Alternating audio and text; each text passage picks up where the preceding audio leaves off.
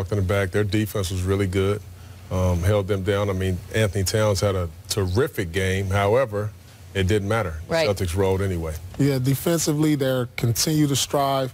They're putting their hat on the defensive end. And that's what's been carrying them to these wins, especially when their offense isn't going. All right, we're not going to talk about Paul Pierce Day, but we are going to talk to Marcus Smart, who led his team in this win with 18 points. He joins us now. Marcus, thanks for joining us. Congrats on the win. Thanks for having us. Appreciate it. Marcus, what's up, boys? Chauncey, man. What's up, man? How you doing?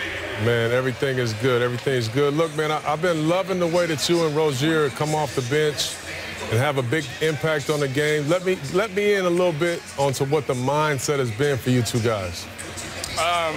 We got to be a pest coming off the bench. You know, we don't have time to get ready to get warm. We got to be ready to come in and change the game and keep the intensity going early. Marcus, Paul Pierce here. How you doing?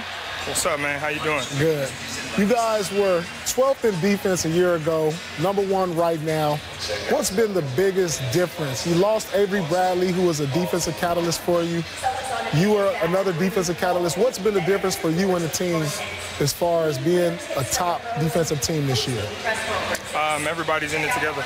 You know, because we lost Avery and Jay, you know, two top defenders, we need everybody to step up. And, you know, Jaylen Brown's been doing a good job, and Kyrie's been doing an awesome job. And everybody's been making a team effort. I'm glad you brought up Kyrie. What has been the biggest difference between playing with Kyrie Irving versus playing with IT last year? Two different styles.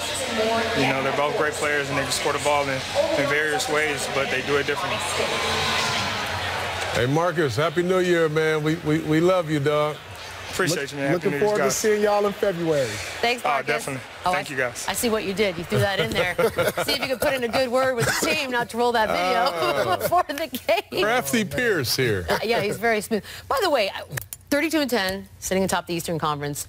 I don't think we can say it enough that when Gordon Hayward went down the first 5 minutes of the season, a lot of people wrote this team off. Right. And with a young team, they don't seem rattled, they don't seem phased. Why is that? You know what, I'm going to start first, Chauncey, because you look at Jaylen Brown and you look at Jason Tatum.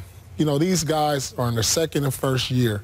They're playing well beyond their years. They've grown up right before our eyes, and maybe they've been forced to because for not having Gordon Hayward.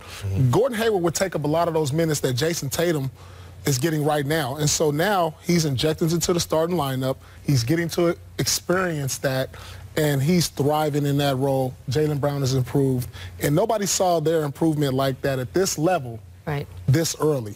Beats, a lot of these things have to do with just culture. You know, Danny Ainge has done a terrific job of building that team. Got a great coach there in Brad Stevens. And then you got just players with chips on their shoulders. Look at Kyrie Irving comes over wanting to prove that he can run a team and he can have a team and that team can be good and be a contender. He's doing that. And some of these young guys, like you say, ignorance is bliss sometimes. They don't know the moment that they're in, but it doesn't matter because they play so hard, they play together.